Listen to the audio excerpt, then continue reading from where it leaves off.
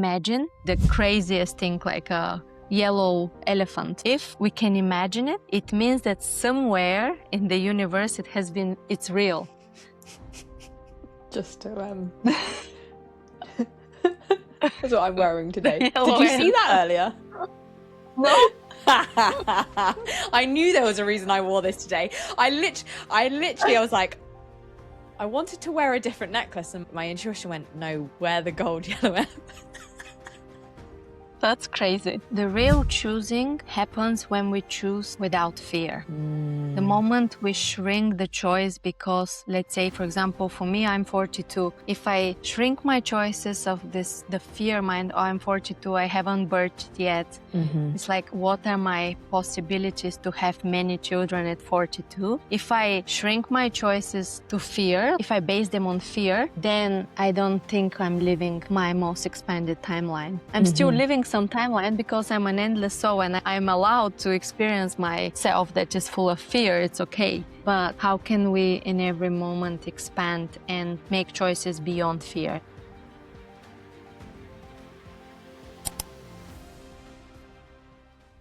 Hey, it's Melissa, and welcome back to the Purpose Search podcast, where I discuss all things science, spirituality, and purpose. If you're new here today, thank you so much for clicking on this episode. I hold conversations with people who are really knowledgeable in their field and have life-changing stories, who are aligned with their purpose, and I hope that will spark something inside of you to listen to the call of your heart and intuition. Today's guest is Tatyana Gosh. She is an empowerment mentor and coach who guides women to deepen their relationship with themselves, cultivate self-trust, self-love, and intuition and confidence so that they can create lives that feel truly aligned, meaningful, and fulfilling. After more than a decade of exploring personal growth, spirituality, psychology, and emotional healing across the world, she now lives in Ibiza and helps women to reconnect with their truth, unlock their highest potential, and trust themselves fully. Her work is rooted in 3 core values: truth, connection, and growth. Thank you so much for coming on today, Tatyana. How are you? No, I'm so well. Thank you for having me. It's so exciting. I cannot wait to see where this conversation unfolds. But before we do that, every episode I start with a short breath exercise to drop us into the conversation and drop us into the body, get present so that we can come onto screen and listen through our ears with a bit more presence. So please do not do this if you are driving, but I invite you to close your eyes now if you feel safe to do so. Or you can take a soft gaze in front of you if that feels more comfortable. So I want to take the attention down to the ribs, down to the diaphragm. And we're going to engage the diaphragm now as we breathe in, expanding it as much as you can to allow space for the lungs to take in as much oxygen as we can. And as you breathe out, just let them close gently. Take a couple of breaths there, breathing in, engaging that diaphragm outwards in all directions, and then allowing it to go back to its natural state. Now, on the next inhale, I would like you to try and engage the front and the back of the body as well. We're going to imagine taking more space with our lungs, more oxygen, taking in as much as we can, expanding it as much as we can. And on the out breath, I want to try and keep that space open so that when we take another inhale, we're not collapsing each time. Good, and breathing out.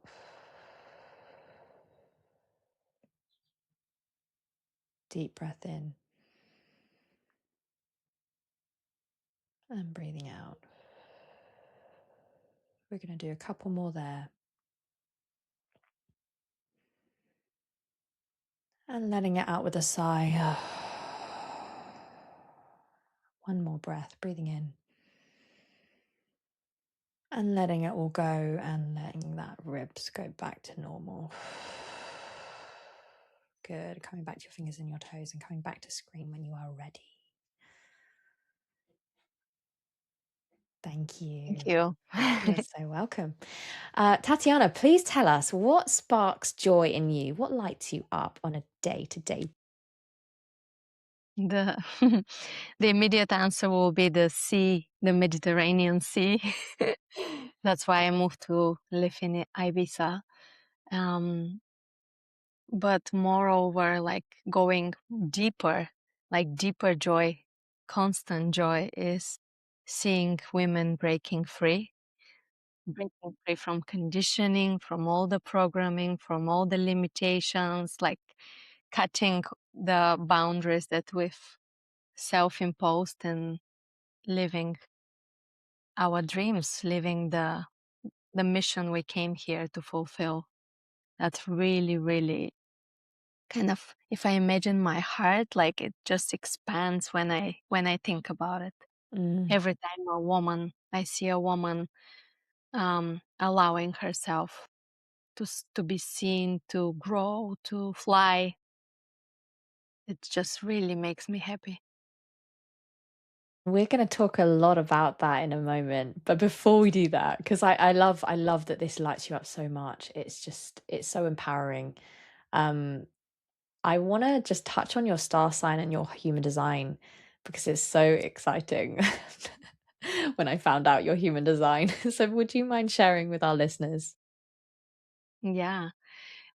So my sun is in Capricorn, and my ascendant is in Cancer.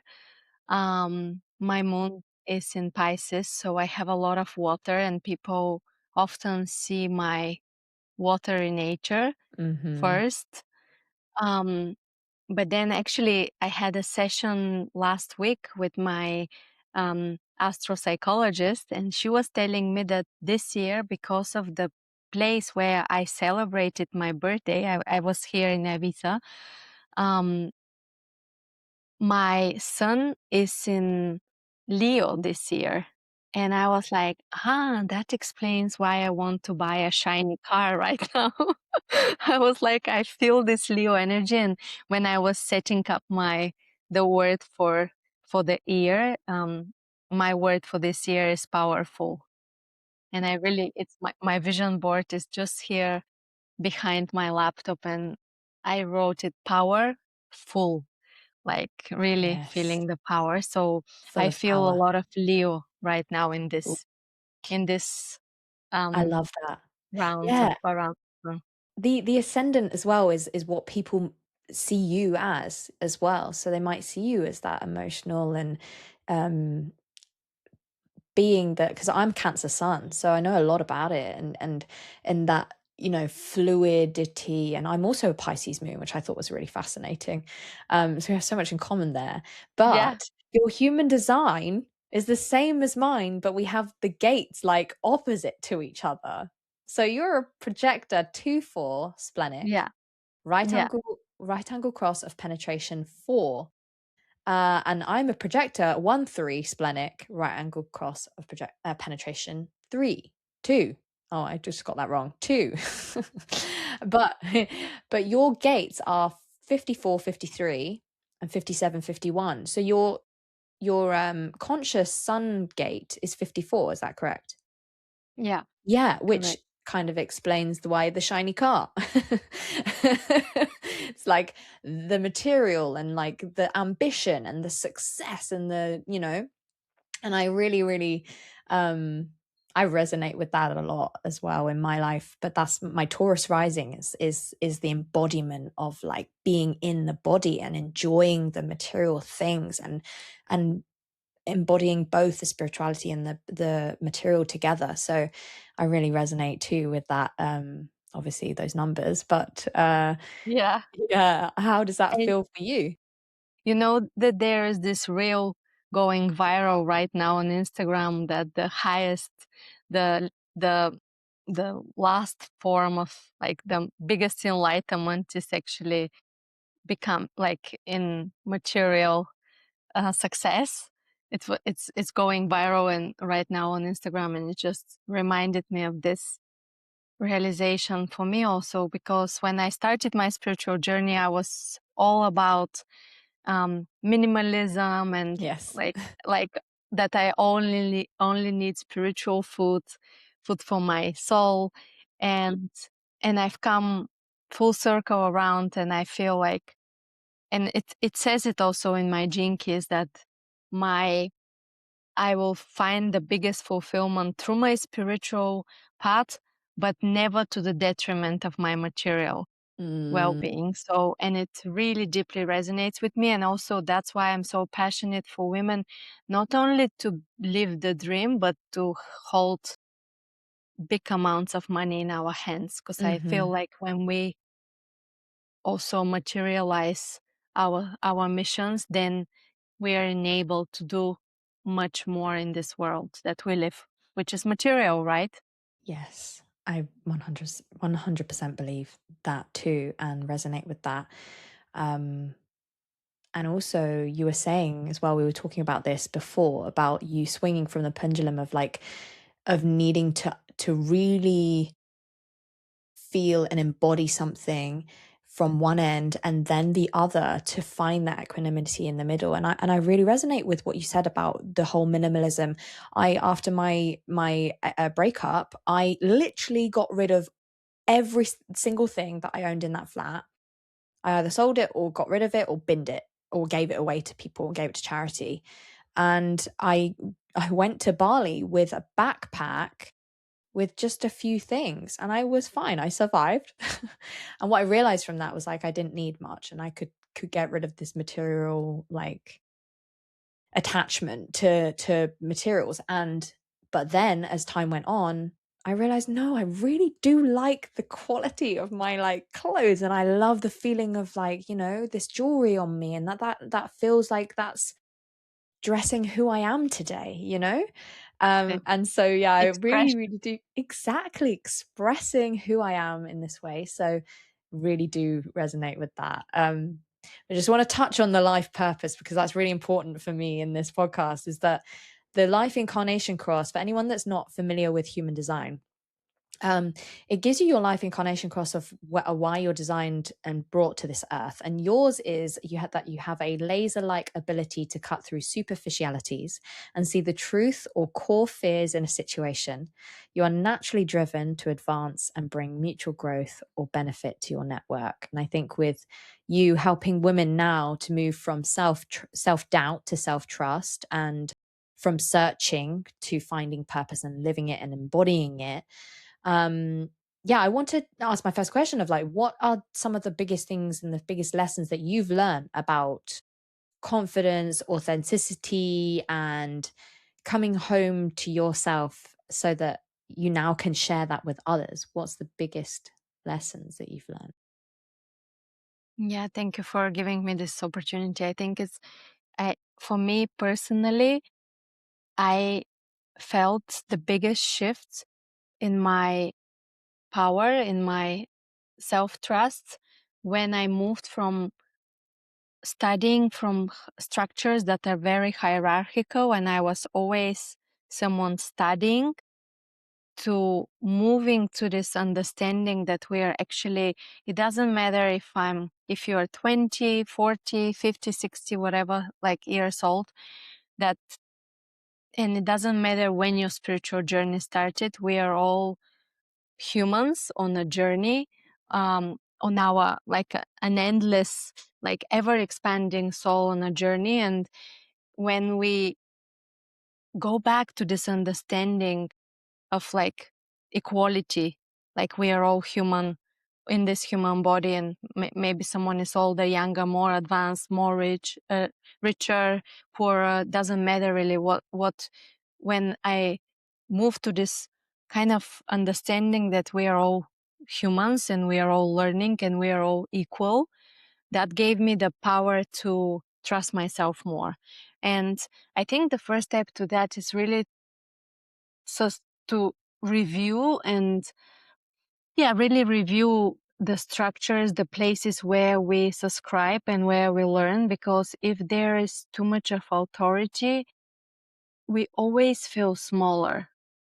And when we feel smaller, um, we develop like we put the other person, the teacher, on pedestal, and we always feel like we need to learn more, acquire more, like understand more, know more, blah blah. But actually, the more we trust ourselves, the more the channel to the divine wisdom is open, and then we access all the information. And all the women that I work with are overqualified, like without exception. Everyone is just so qualified, so understanding everything, and still there is this the belief, the trust that is the ultimate goal, right? To trust yourself, that you don't need anything from outside, that you are complete, full, whole. Definitely.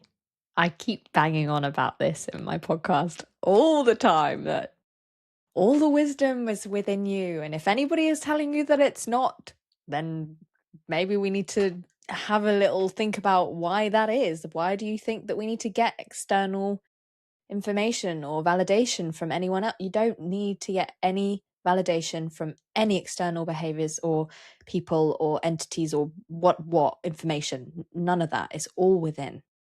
Exactly. And I know that from my personal experience. I have externally needed validation from people, but that has not actually got me to the truth, really. It's only when I was faced blindly with myself was I able to understand that, oh, I am the one that knows this, and wisdom that came from nowhere that Exactly. appeared in front of me. Yeah. I wonder, actually, do you have any examples of that for you? Like, how did you come to that realization, like from your personal experience? Yeah, it came mainly when I started really doing the work of like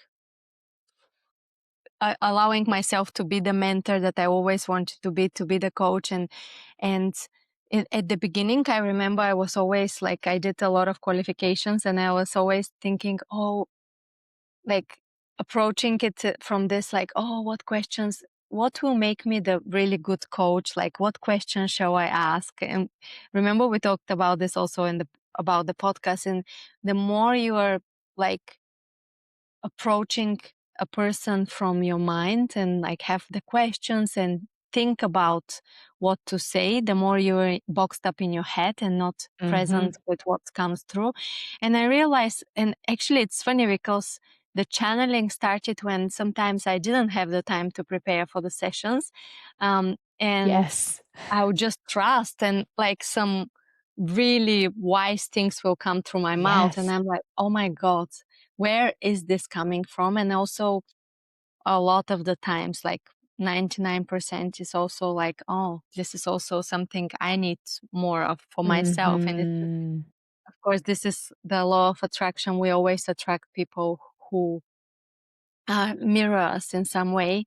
And yeah, and then I was like, allowing myself more and more and more until any preparation fully dropped. And all I do is I let myself, the one thing, for example, that I do to prepare for my sessions is to allow space between the sessions, and also like if I have any social engagements, to allow space, because as a projector, I'm very aware that, especially as a projector that has only two defined centers, I get I get really filled up with external, with other people's energy.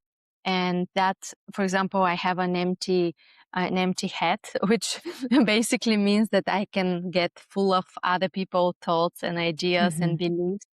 And allowing space and allowing, like, taking a shower, really going into the sea, allowing myself to cleanse from the external energy is the only preparation that I really need to be present. And I've realized by now that some some like really even complex concepts that someone wrote maybe even 200 years ago, we have access to those if they are needed for the process. It's not something that we need to read to access. And obviously you probably have touched in your podcast about the Akashic records, but it's basically anything that has been said, thought, felt anywhere, even as an idea in someone's head, is already real, and we have access to it. We just need to connect.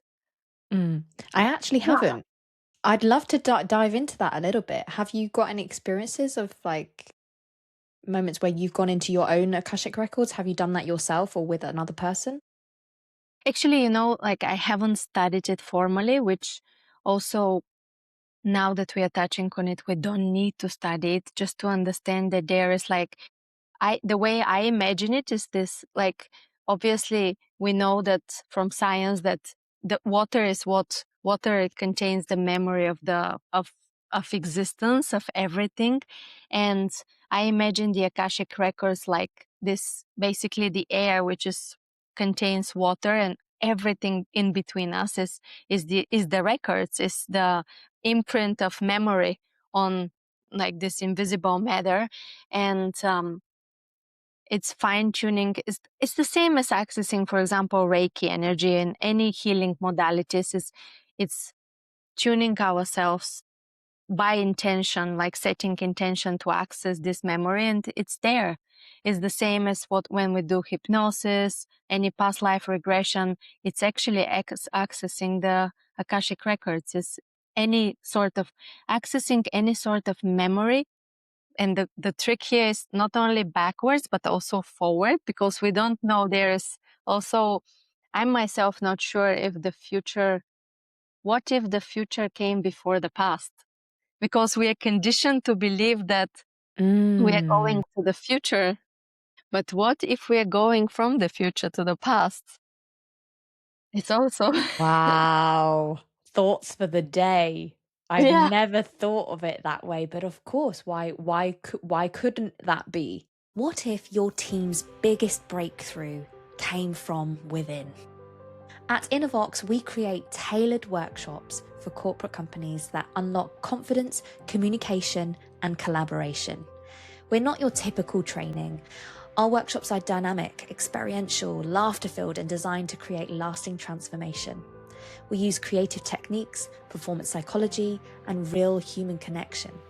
We help your people build trust and express themselves and perform at their absolute best by listening to their intuition and their inner voice.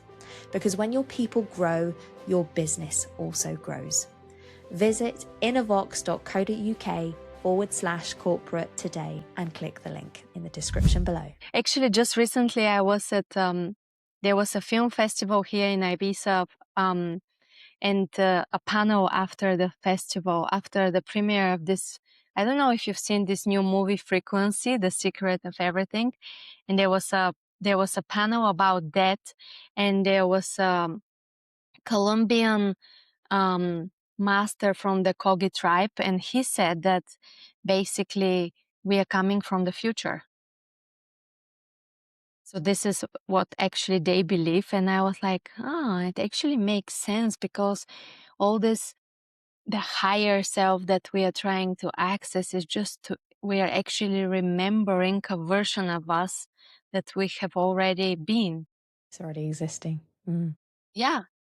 And then also studying hypnosis, I realized that anything that we can imagine, even let's say the craziest thing like a yellow elephant, if we can imagine it, it means that somewhere in the universe it's real.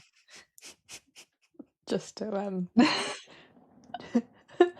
that's what I'm wearing today. Yellow Did you see that elephant. earlier? No. I knew there was a reason I wore this today. I literally was like, I wanted to wear a different necklace, and my intuition went, no, wear the gold yellow elephant. That's crazy. It's real. It's on my neck. It's real. It's around my neck. And I got this in Barcelona.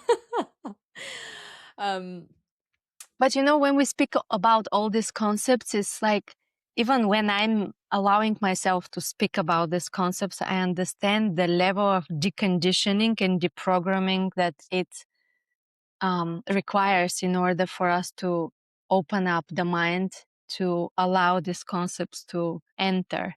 Doesn't mean accept it, and allow it to enter your space, and then observe the world through this perspective to see if it's true or not.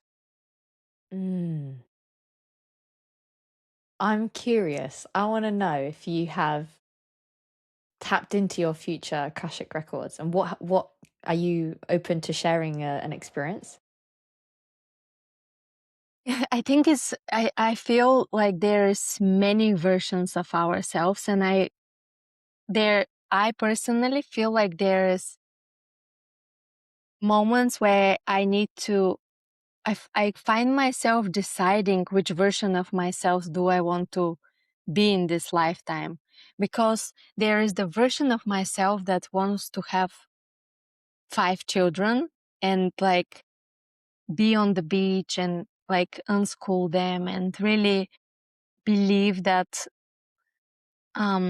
the biggest impact that we can do, like place on humanity, is through actually bringing the new age children to this earth. There is this kind of timeline of me that is very present in my body. Every time I see big families, I'm like, ah, this is me. I know this so much. And then there is also this version of me that is more kind of a visionary and more focused on speaking and traveling the world to speak about the new earth. Um, and in that version, I see myself with maybe just one child. Um, and yeah, and I'm at this place right now where I need to really choose. And I think I feel like the universe is always, we have lived many of these dreams that we have. We've already lived them. It's what we want to embody in this lifetime. What's more real for us in this lifetime? What's more important? Interesting. Okay, so your belief is that we are living multiple realities all at once, but we are choosing in this present moment with our actions which path that we take to whichever reality Exactly. is already happening. Exactly. And the real choosing happens when we choose without fear. The Mm, moment we shrink the choice, because let's say, for example, for me, I'm 42. Like if I shrink my choices of the fear mind, oh, I'm 42, I haven't birthed yet. mhm, It's like, what are my possibilities to have many children at 42? If I shrink my choices to fear, if I base them on fear, then I don't think I'm living my most expanded timeline. I'm still mhm, living some timeline because I'm an endless soul, and I'm allowed to experience my self that is full of fear. It's okay. But how can we in every moment expand and make choices beyond fear? mhm. Yeah, and we know that I've interviewed a lady who was in her 40s and had two children, and there's so many women in their 50s also having children. So you've got 10 years or more, Tatyana. And it's still, and you know, and still it still is the exception, right? Like it's more like, oh, this really happened because there has been so much conditioning around this. So yeah, it's really being really aware. And for me, I've also had a lot of friends in their pregnancies, even in their 30s. There's so much conditioning around birth also, right? Like how painful it is and Mhm. scary, and having to go I don't know, every week to the doctor To to be see how the checked. baby. Yeah. Yeah, exactly. So I think there is, for us women, I don't even know the vastness of this. As we are speaking, it's downloading this information, and it's Mhm.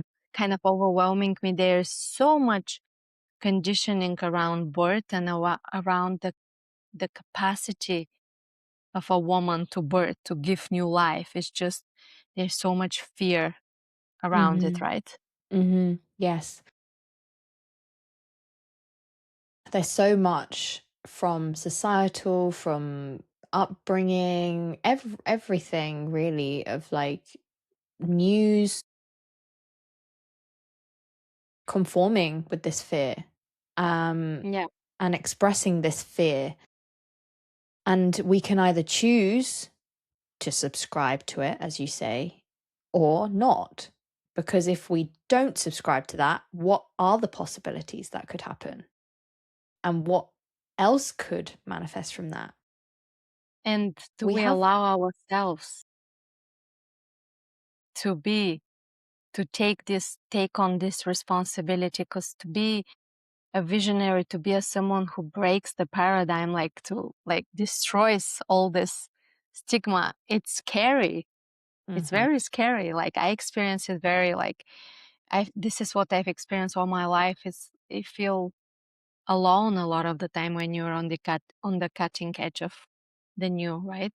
mhm, It feels very um you have to live it before the evidence, mm, or with very little evidence in this case.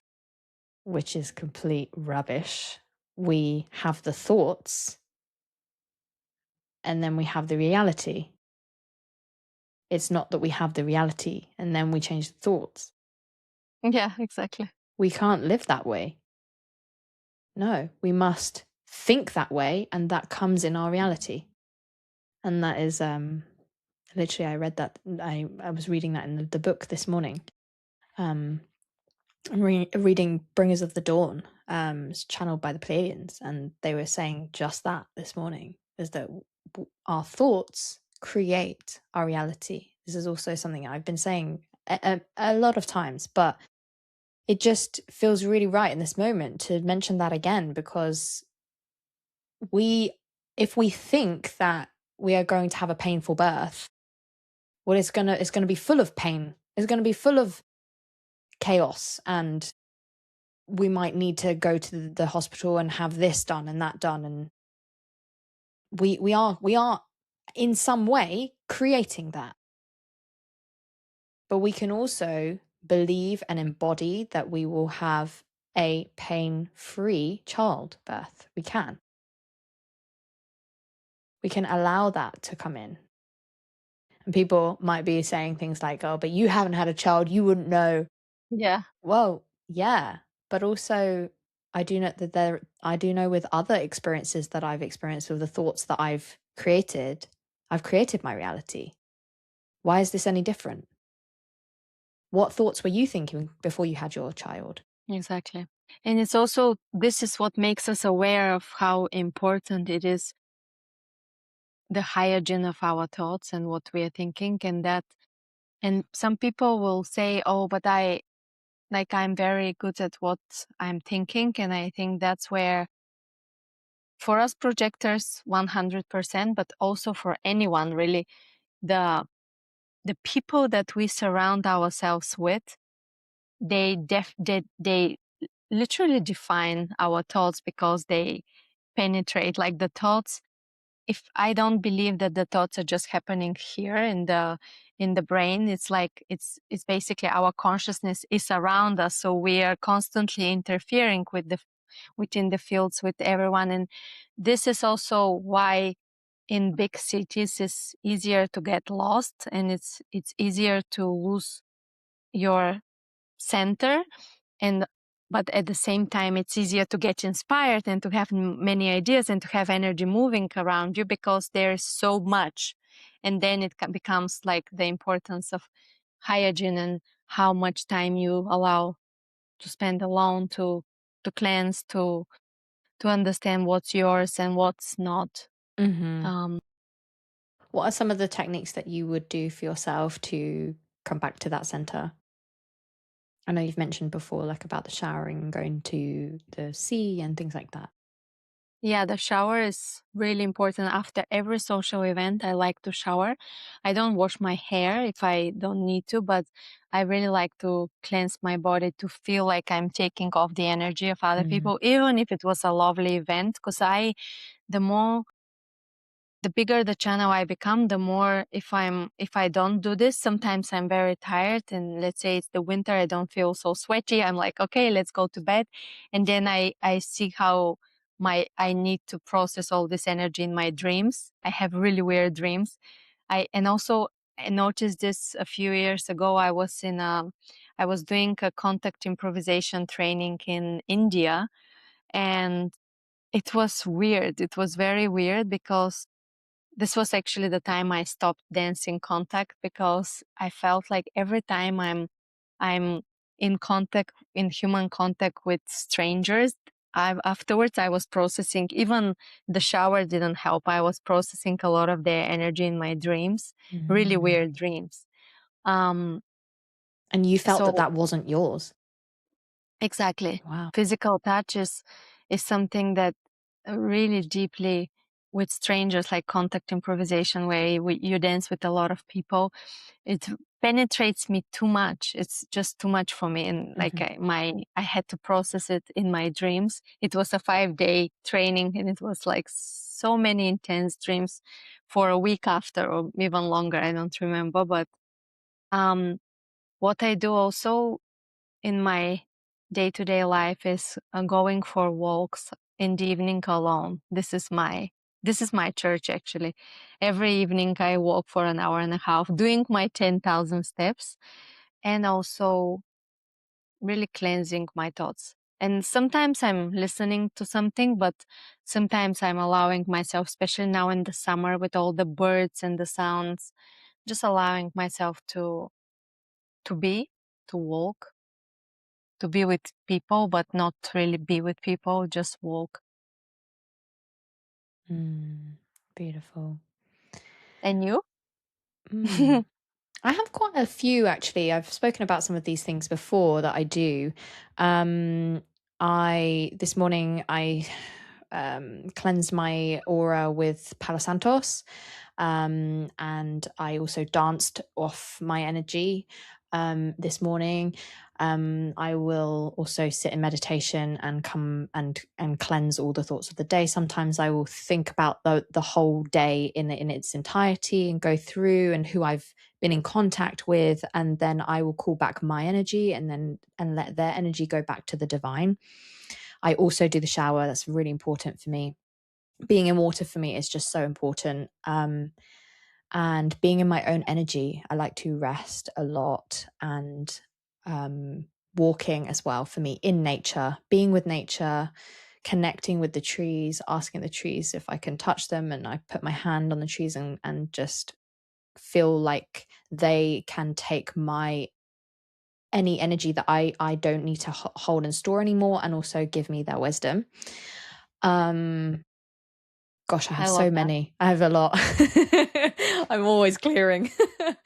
But I want to talk about your channeling experiences and how you came about to strengthen your intuition. Because if we go back to the kind of the beginning of your story, your journey, you were in a really corporate, high, successful job in London, and found your calling now, your purpose. Like, how did you even get to the point where you are now? Like, was it gradual? Was it like a spark moment where you were like, I can't do this anymore? Like, what was that for you? I think it was a mixture. Um, I believe that our soul has a journey, and it puts us in situation where it gives us signs to remember. And in my case, it was every time I was traveling, especially when I traveled to remote places in nature and seeing these hippies on the beach and free and doing what they wanted all day. It always left me with this longing for freedom. And gradually I was going through a breakup. I was in London in my corporate job and doing a lot of yoga and fitness, initially just to stay fit. But that's allowed me to have a lot of inner space to understand, to listen to myself. And then I decided to do a yoga teacher training for 1 month in Mexico. And that experience, like we were living I was living in Baja California for 1 month in a tent on the coast. Like the waves was so big and loud that every time every night it was like a night of fireworks. It was just so grand, so vast. And I think that allowed me to really connect to my power, to my wisdom, to know what's right for me. And I quit my job, and everyone around me thought I was crazy. I just packed everything, sent all the boxes to my parents' house, and went to India on a one-way ticket. That was like the pendulum swinging from material London in Notting Hill to going to India with a backpack. Sounds like my Yeah. journey. I think that's why we were talking before the podcast. I really like for people to allow themselves to experience the pendulum swinging. I think I'm a person of definitely of the extremes. And I used to judge myself for that, and like, yeah, I used to judge myself because I felt I was very judged for my swinging. And often I heard like, oh, why are you changing your opinion every 2 years? Like, what, like my brother would said to me once, how can I trust you when every 2 years you're changing your life's mission? And I'm I'm glad I continued listening to myself, because in that period when I was changing, I was just exploring. I was breaking free, and I needed to explore in order to find. But it's also gate 51 in human design is the awakening of shock.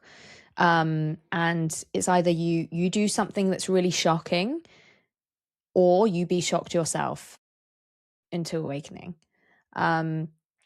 And the fact that that's within your life's purpose, and I really resonate with that. I relate to that. You know, I've got so many shocking stories that I can say. But I think if we weren't doing those shocking things, then it wouldn't resonate with the right people for them to also be able to break free of the societal norms and move into that. So how did that then move you into learning about, like, that you were able to channel, that you were psychic? Tell us more about that.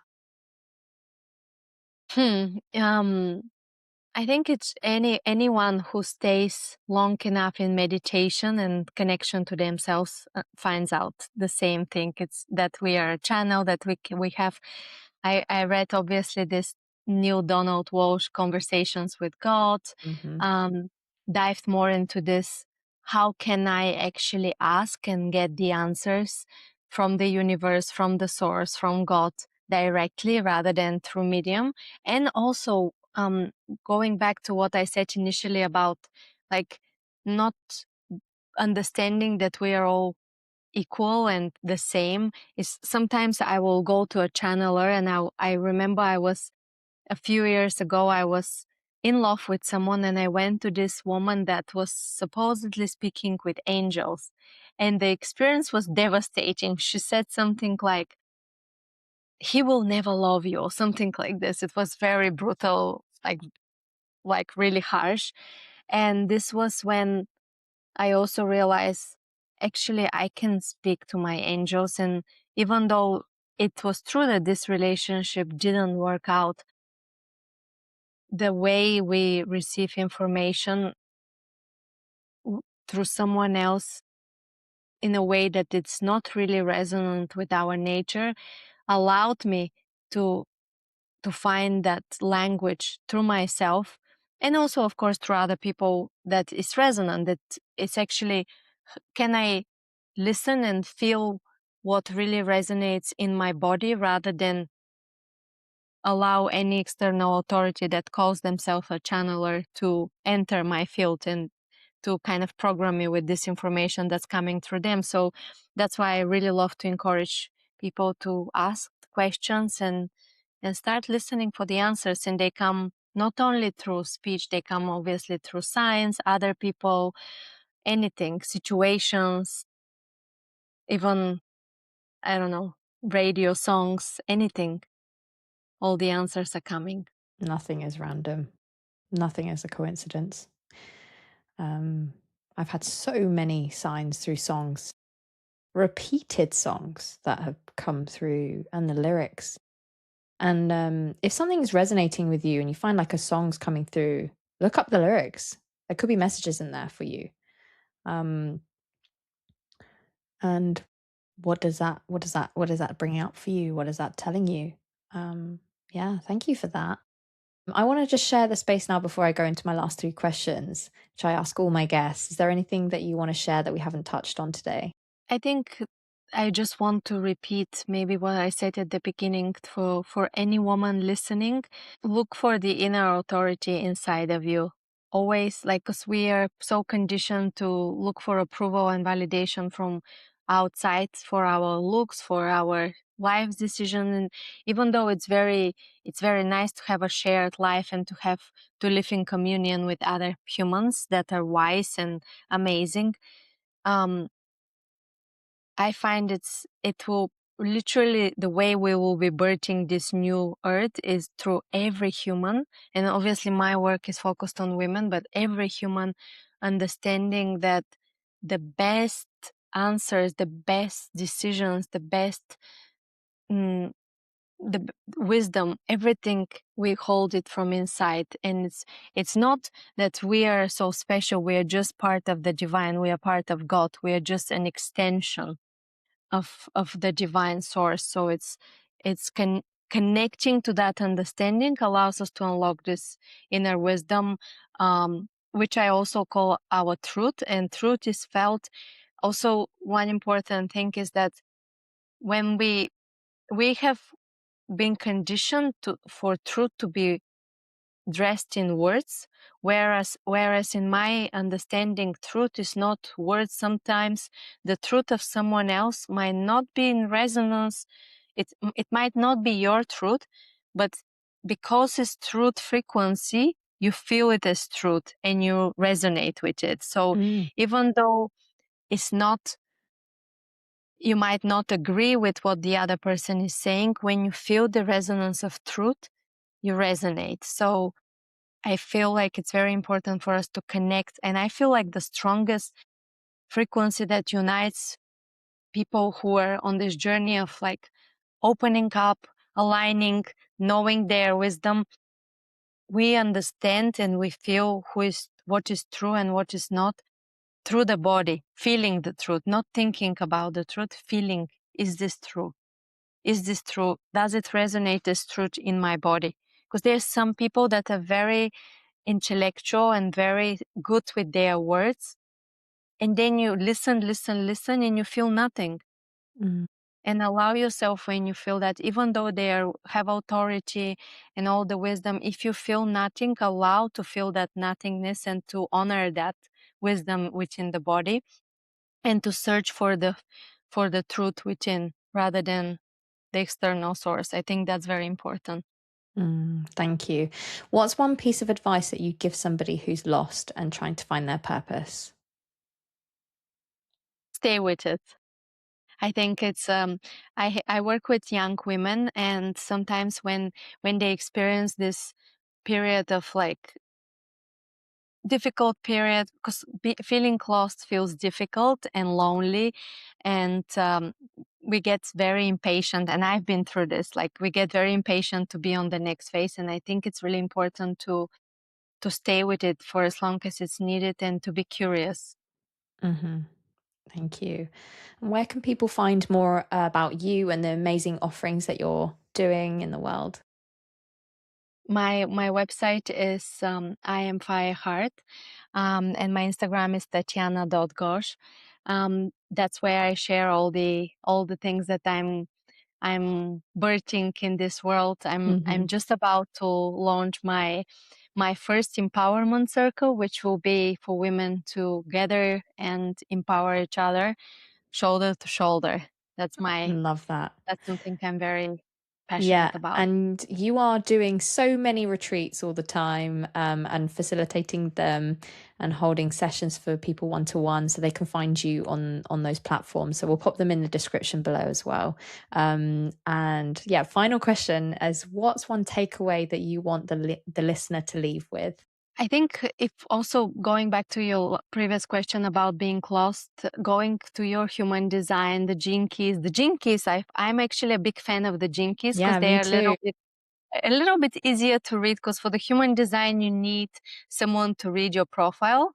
Whereas with the gene keys, you can read the Gene Keys and contemplate on the words themselves, or by the book. And so if we, because I do this sessions called, like, just one of sessions called soul alignments, and this is exactly where I will source all the wisdom from the Gene Keys. And I think everyone can do it for themselves to actually, if they feel a little bit lost and search for direction, go to your Gene Keys. They hold so much wisdom.